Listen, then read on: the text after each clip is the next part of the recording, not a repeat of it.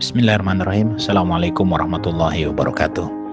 Baik Anda sekalian, saya mengucapkan terima kasih yang telah bergabung di forum kita untuk mengkaji tentang topik penerapan pesawat sederhana dan kaitannya dengan rangka manusia. Nah, Anda semua, pada pertemuan sebelumnya kita telah mengkaji tentang pesawat sederhana. Nah, pada kesempatan berikut ini kita akan mendalami tentang pesawat sederhana, yaitu penerapan pesawat sederhana dalam kehidupan sehari-hari, termasuk juga kaitannya dengan sistem rangka manusia. Nah, baik Ananda semua, coba diperhatikan pada slide berikut ini merupakan gambar-gambar tentang penerapan pesawat sederhana ya. Bisa kita lihat pada gambar kiri atas ini merupakan bidang miring, kemudian fungsi bidang miring atau penerapannya dalam kehidupan sehari-hari bisa digunakan untuk mengangkat ataupun mendorong barang dari lantai ke atas truk ya, dengan memanfaatkan papan miring. Ini bidang miring ya. Nah, kemudian ada roda bergandar, roda memiliki sumbu. Ini juga memudahkan usaha yang dilakukan oleh setiap orang gitu ya. Nah, kemudian ini juga contoh sederhana bidang miring berupa baji yang bisa digunakan untuk membelah kayu, sama seperti kapak ya. Penggunaan baji, dikapak dulu kayunya, baru kemudian baji diselipkan di retakan kapak itu, baru tinggal ditokok pakai palu. Nah, akhirnya kayunya bisa terbelah gitu kan. Nah, selanjutnya ada bidang miring pada skrup ya. Kalau skrup tidak memiliki bidang miring, maka skrup ini tidak akan berfungsi. Nah, apalagi ada toples lagi. Kalau toples tidak memiliki bidang miring, mungkin toples nggak bisa ditutup ya. Bagian atasnya tidak bisa ditutup. Selanjutnya, ini ada permainan jungkat-jungkit, prinsip kerja tuas ya. Ada lengan kuasa, ada lengan beban. Ya, jadi ini bergantian naik turun. Kalau memang berat orangnya sama, maka dia akan bisa naik turun secara bergantian. Nah, selanjutnya ini prinsip tuas juga ada pada martil pencabut paku, ya kan? Nah, selanjutnya ada lagi pesawat sederhana dengan contoh yang paling umum, yaitu katrol, untuk mengangkat, lebih mudah mengangkat beban atau mengangkat timba dari dalam sumur ya. Mengangkat timba yang berisi air akan terasa lebih mudah jika digunakan katrol. Nah, begitu juga katrol ini juga sering digunakan pada tiang bendera untuk memudahkan penarikan tali. Baik Anda semua, kita akan lanjutkan pada slide berikut. Ini bisa kita lihat tentang sejarah khazanah atau hikmah ilmuwan Islam. Nah, coba lihat terkait dengan pesawat sederhana, ternyata Islam memiliki tradisi tersendiri gitu ya. Nah, kalau kita baca ini sama-sama, pertama kali pesawat sederhana itu dijelaskan oleh Archimedes dan kemudian dilanjutkan oleh Hugo. Namun pada masa itu bisa kita lihat pesawat sederhana yang dikemukakan oleh Archimedes tahun 287 sebelum Masehi ataupun Hugo pada tahun 10 sebelum Masehi itu baru sebatas pada cara pembuatan dan cara menggunakannya. Selanjutnya, pesawat sederhana ini diperdalam oleh ilmuwan Islam masuk ke prinsip kerja dan perhitungan matematisnya, gitu kan? Itu diawali oleh ilmuwan Muslim yang cukup terkenal di bidang ini, yaitu Thabit Ibnu Qurra yang hidup sekitar tahun 826 sampai 901. Dalam kitabnya yang berjudul Alkitab Al-Tam terdapat 5 prinsip dasar dalam memahami mekanika yang disebut dengan The Five Power. Ya, ternyata buku ini sudah cukup terkenal di Eropa. Julukan 5 prinsip dasar itu dinamakan The Five Power, yang dalam kitab berbahasa Arab dinamakan Mi'yar al-Uqul, yang dirujuk oleh Ibnu Sina tahun 980 sampai 1037 Masehi. Nah, coba kita lihat kelima prinsip mekanika pesawat sederhana itu meliputi ada mohol, pengungkit atau tuas ya. Kemudian ada al-mihwar al-dakhil fi falaka, yaitu mesin kerek, mesin penarik, mesin penggerak atau penggulung. Nah, kemudian ada al-a'la, al-khatirat, al-ruf. Nah, itu katrol, roda-roda katrol ya. Kemudian ada ajana atau baji, pembelah kayu tadi ada baji ya. Nah, selanjutnya ada lauhab, ya, skrup pengunci ya. Nah, kelima ini merupakan prinsip dasar dari mekanika pesawat sederhana yang dikemukakan oleh Thabit Ibnu Qurra. Baik, Ananda semua, kita lanjut ke contoh-contoh yang umum pada pesawat sederhana. Coba kita lihat. Yang pertama ini penerapan katrol. Masih ingat ya, ada katrol diam, ada katrol bergerak, ada katrol takal. Kalau katrol diam itu, katrolnya diam, talinya yang bergerak untuk mengangkat beban. Nah, kalau katrol bergerak, ini talinya diam, katrolnya yang bergerak. Ya. Nah, saya ulangi. Untuk katrol diam, ini katrolnya diam, diikatkan pada satu benda, digantungkan, maka talinya yang bergerak, mengangkat beban. Namun, pada katrol bergerak, katrolnya yang mengangkat beban, talinya diam. Nah, gitu kan. Nah, pada katrol takal, ini merupakan gabungan antara katrol diam dengan katrol bergerak. Pada katrol bergeraknya, disinilah diberikan beban. Nah, bisa kita lihat ya. Nah, oke, kita lanjut. Bagaimana penerapan dalam kehidupan sehari-hari? Coba kita lihat. Pada katrol diam umum untuk mengangkat beban, seperti mengangkat timba ya, dengan menggunakan katrol. Nah, selanjutnya pada katrol bergerak, contoh yang paling sederhana mungkin bisa kita lihat orang yang sedang bermain flying fox ya. Jadi penggantung tubuh orang yang diikatkan pada tali itu berupa katrol. Dengan katrol ini bergerak pada tali, meluncur gitu ya. Nah, jadi katrol ini yang mengangkat bebannya. Nah, beda dengan katrol diam tadi, talinya yang mengangkat beban. Kalau katrol bergerak, katrolnya yang mengangkat beban. Nah, sama seperti di atas, seperti seseorang menyeberangkan benda ke seberang ya, dari titik seberang ke titik seberang lainnya. Nah, ini ya, mengirim barang. Nah, selanjutnya untuk katrol takal atau katrol gabungan bisa kita lihat seperti prinsip kerja derek atau kren. Nah, ini berupa katrol takal gabungan. Coba dilihat di atas ini ada katrol diam. Di bawah yang menggantung ini adalah katrol bergerak. Di sini diikatkan beban yang akan diangkat oleh kren ini, dipindahkan ke tempat lainnya gitu. Oke, kita lanjut. Contoh penerapan katrol berikutnya bisa kita lihat kereta gantung. Ini penerapan dari katrol bergerak. Nah, kita lihat kereta gantung ada penggantungnya, kemudian penggantung di atas ini milik katrol. Katrol ini langsung berhubungan dengan tali, sehingga kereta gantung bisa bergerak.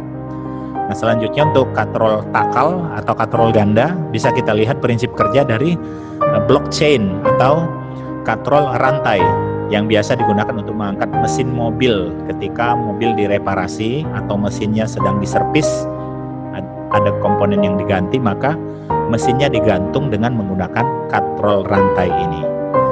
Nah, oke, kita lanjut ya, Ananda semua. Selanjutnya ini ada contoh penerapan roda berporos. Sebagai pesawat sederhana ada roda berporos. Nah, kita lihat gear sepeda itu ada dua, ada gear besar, ada gear kecil. Nah, gear ini dinamakan dengan roda berporos. Gear besar atau roda besarnya ini menjadi gaya kuasa, kemudian gear kecilnya merupakan gaya beban, sehingga terjadi gerakan ya.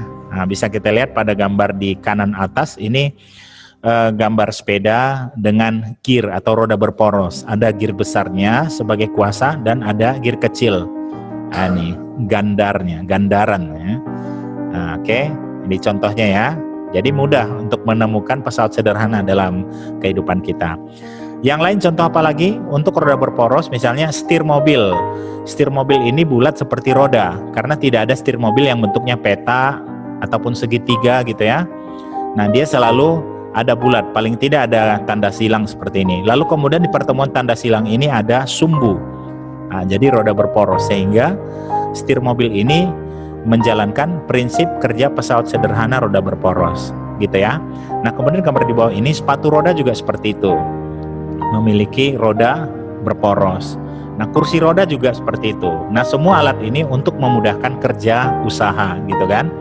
Nah, bayangkan kalau setir mobil ini tidak ada, bagaimana cara kita untuk memutar setir, untuk memutar ban atau mengarahkan ban tanpa setir. Nah, jadi susah ya. Nah, atau seperti dibuat mungkin dibuat modelnya seperti stang sepeda, hanya palang begitu saja, mungkin memutar-mutarnya juga susah gitu kan. Nah, rumit. Nah, jadi dengan seperti ini, bentuknya seperti roda, maka dia bisa membantu usaha kita untuk tujuan tertentu. Nah, selanjutnya pada gambar kanan ini roda berporos ya. Ini biasanya komponen mesin, ada roda besar, ada roda kecil. Nah, ini juga pesawat sederhana. Nah, bisa kita lihat di bawahnya, ini ada rangkaian roda berporos, roda besarnya ada ya, roda kecilnya juga ada. Ternyata komponen-komponen yang ada di dalam mesin berupa roda-roda ini merupakan gabungan dari sistem pesawat sederhana roda berporos sehingga terjadi mesin. Nah, gitu ya. Itulah contohnya kakak-kakak sekalian, abang-abang sekalian. Nah, kemudian kita lanjutkan ke pesawat sederhana bidang miring. Nah, ini sangat naturalnya bidang miring. Nah, bisa kita lihat pada daerah yang berbukit dan miring, mengapa jalan dibangun dia berbelok? Jalannya dibuat berbelok. Dan mengapa jalan itu tidak dibuat lurus saja? Misalnya kalau kita ke Brastagi, pas di Sembahe, kita akan menghadapi jalan yang berbelok-belok sampai ke Sibolangit, sampai terus ke Penatapan Bakar Jagung gitu kan. Nah, mengapa tidak lurus saja dari Sembahe ke Bakar Jagung? Lurus saja dibuat. Ternyata jawabannya sederhana ya, yaitu dibuat belok-belok agar kendaraan ini mampu mengangkat beban lebih mudah ke atas gitu ya, lebih mudah dia mendaki. Bayangkan kalau dibuat lurus, kendaraan itu tidak akan mampu menanjak. Nah, begitu juga dengan sebaliknya, dia lurus ke bawah gitu kan, maka kalau lurus ke bawah, kendaraan itu tidak akan mampu menahan laju kendaraan itu. Bayangkan kalau ditarik lurus dari Penatapan Bakaran Jagung, ditarik lurus ke Sembahe jalannya, mungkin kendaraannya akan meluncur cepat seperti pesawat dan tidak bisa berhenti ya, akhirnya kecelakaan. Ternyata jalan berbelok ini adalah prinsip bidang miring dan berperan sebagai pesawat sederhana ya. Kemiringan juga bisa menjadi pesawat sederhana. Kita lanjut bang ke contoh yang lain. Penerapan bidang miring lainnya, coba lihat, ini contoh yang paling umum, papan miring untuk mengangkat barang ke mobil misalnya ya. Kemudian paku, ujung paku ini prinsip bidang miring, kalau tidak dibuat bidang miring, paku tidak akan bisa menancap. Kemudian tangga, supaya mudah dinaiki juga karena ada prinsip bidang miringnya. Coba kalau tangganya mungkin lurus ya, lurus seperti ini akan menjadi tangga pemadam kebakaran barangkali ya. Jadi kalau di rumah tentunya memanfaatkan bidang miring sehingga lebih landai dan lebih bermanfaat. Nah, selanjutnya contoh bidang miring yang lain. Nah, ini skrup ya. Apalagi ini ada pahat sama seperti baji. Kapak juga nih bidang miring. Pisau juga ada bidang miring sehingga dia bisa dikatakan tajam ya. Nah, semakin landai dia akan semakin tajam. Nah, kemudian mata bor juga seperti itu. Oh, ini ada contoh soal untuk sekedar mengulangi biar kita semakin hafal ya. Coba kita baca soalnya. Umam memindahkan sebuah beban dengan massa 5 kg. Ini massa 5 kg. Ke dalam mobil. Agar lebih mudah ia mengambil sebuah papan dengan panjang 5 meter. Oh, panjang papan 5 meter berarti ini S 5 meter. Kemudian ia disandarkan di atas bak mobil dengan ketinggian 100 cm. 100 cm berarti sama dengan 1 meter. Ini yang dinamakan dengan H ya. Ini ketinggian H. Kemudian S ini merupakan panjang papan, kemudian M ini massa. Pertanyaannya, hitunglah berapa gaya yang dikerjakan Umam untuk memindahkan beban tersebut. Yang kedua, berapa keuntungan mekanis? Oh, ada keuntungan mekanisnya gitu ya. Nilai percepatan gravitasi sama dengan 10 meter per sekon kuadrat. Oke, kita hitung sama-sama ke depan. Nah, diketahui panjang papan 5 meter. Yang panjang papan tadi 5 meter, ini adalah S. Nah, selanjutnya tinggi bidang miring itu 1 meter, ini adalah H. Nah, massa ini sama dengan M. Jadi kita ubah dulu massa benda menjadi berat benda. Apa rumusnya? Berat benda berarti di sini adalah W. Berat benda itu W sama dengan M dikali G. Berarti berat benda itu sama dengan massa dikali percepatan gravitasi, sama dengan massa tadi 5 kg, percepatan gravitasi sama dengan 10 meter per sekon kuadrat, dikalikan 5 kali 10 meter per sekon kuadrat sama 50 Newton. Oke, didapat berat benda. Jadi W sama dengan 50 Newton. Baru kita masuk ke rumusnya setelah diketahui W-nya. Tadi pertanyaan pertama, berapa gaya yang dikerjakan oleh Umam? Maka rumusnya untuk melihat gaya F sama dengan W dikali H per S, di mana W tadi sudah ditemukan 50 Newton dikali 1 meter ketinggian, H sama dengan 1 meter ya. Nah, ketinggian di sini 50 kali 1, kemudian dibagi 5, S-nya tadi 5, panjang papan 5, jadi 10 Newton. Selanjutnya keuntungan mekanis. Jadi berapa keuntungan mekanis bidang miring itu? Keuntungan mekanis rumusnya dipilih aja salah satu. Bisa S per H atau W per F. Nah, sama hasilnya ya. Nah, coba kita pakai yang S per H. S sama dengan 5 meter, panjang papan 5 meter, tinggi 1 meter, 5 per 1 sama dengan 5. Jadi keuntungan mekanisnya ada 5. Kalau kita gunakan yang W per F misalnya, W tadi berapa? W didapat, W sama dengan 50. Nah, kalau kita lihat ke belakang, F-nya tadi 10. 50 dibagi 10 jawabannya juga 5. Ini sama ya. Baik menggunakan W per F atau S per H, jelas ya. Oke, itulah hitungan matematis tidak akan pernah salah. Baik, kita lanjut. Hubungan pesawat sederhana dengan sistem rangka manusia, coba kita lihat. Nah, ini kalau pada sistem rangka ini selalu dibalut oleh otot, dan otot memberi bentuk tubuh, membalut rangka gitu ya. Nah, kalau kita lihat ketika posisi tegak, maka bisa kita lihat dalam prinsip pesawat sederhananya, titik tengah leher ini merupakan titik tumpu. Nah, kemudian kepala bagian belakang ini bisa dikatakan gaya. Nah, kemudian bebannya itu ada pada dagu. Nah, bisa kita garis lurus seperti ini. Nah, gitu. Di sini ada beban dagu, pada bagian belakang ini adalah gaya. Sama seperti seorang yang sedang melakukan aktivitas olahraga ini ya. Nah, bisa kita lihat seorang yang main bulu tangkis, pada bagian kepala ini bisa kita lihat ada prinsip pesawat sederhana di sini, ada pengungkit jenis 1. Ya, ini tuasnya, pengungkitnya. Pada bagian dagu ada beban, di sini ada penumpu pada leher. Nah, gayanya itu ada pada bagian belakang kepala. Kemudian untuk bagian lengan ini, lengan yang sedang memukul, nah bisa kita lihat ini juga prinsip pengungkit jenis 3. Nah, tumpuan itu ada pada bagian ketiak ya. Kemudian lengan kuasa atau gaya itu ada pada bagian tengah ini.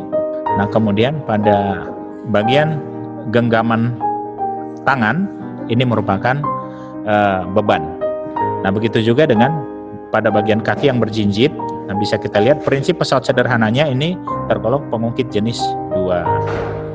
Nah, bagian yang menekan ke bumi inilah penumpu. Nah, bagian ujung jari bisa dikatakan sebagai titik tumpu, sama seperti bagian yang belakangnya. Bagian kuasa ada pada bagian belakang, pada bagian tumit ke belakang. Yang bagian beban ada pada bagian tengah ini, pada bagian bisa dikatakan bagian pergelangan kaki. Coba lihat, ini tumpuan yang terletak ke tanah, ini bagian beban, dan ini bagian kuasa bergeraknya, bisa naik ke atasnya. Kita lanjutkan pada bagian lain pada tubuh kita yang menggambarkan pesawat sederhana. Coba kita lihat, ini seseorang yang mengangkat dumbbell. Dumbbell ini bisa jadi beban, lengan ini bisa menjadi lengan beban. Lengan kuasanya itu yaitu lengan yang berhubungan dengan otot, tumpuannya ada pada sikut, lalu kemudian otot bicep ini yang menjadi kuasa. Otot bicep dan otot pada lengan bagian atas sikut ini akan menjadi kuasa. Ternyata hubungan antara sistem rangka ataupun sistem gerak pada manusia dengan pesawat sederhana itu sangat banyak. Ini yang perlu kita ketahui sehingga kita bisa lebih memahami, tidak jauh-jauh untuk melihat contohnya, ternyata dalam tubuh kita sendiri juga bisa kita lihat prinsip pesawat sederhana itu. Baik, demikian Ananda semua, silakan mengerjakan LKPD 10, hanya 4 soal. Ya, mudah-mudahan bisa dikerjakan dengan baik dan bisa menambah nilainya. Terima kasih Ananda sekalian. Assalamualaikum warahmatullahi wabarakatuh.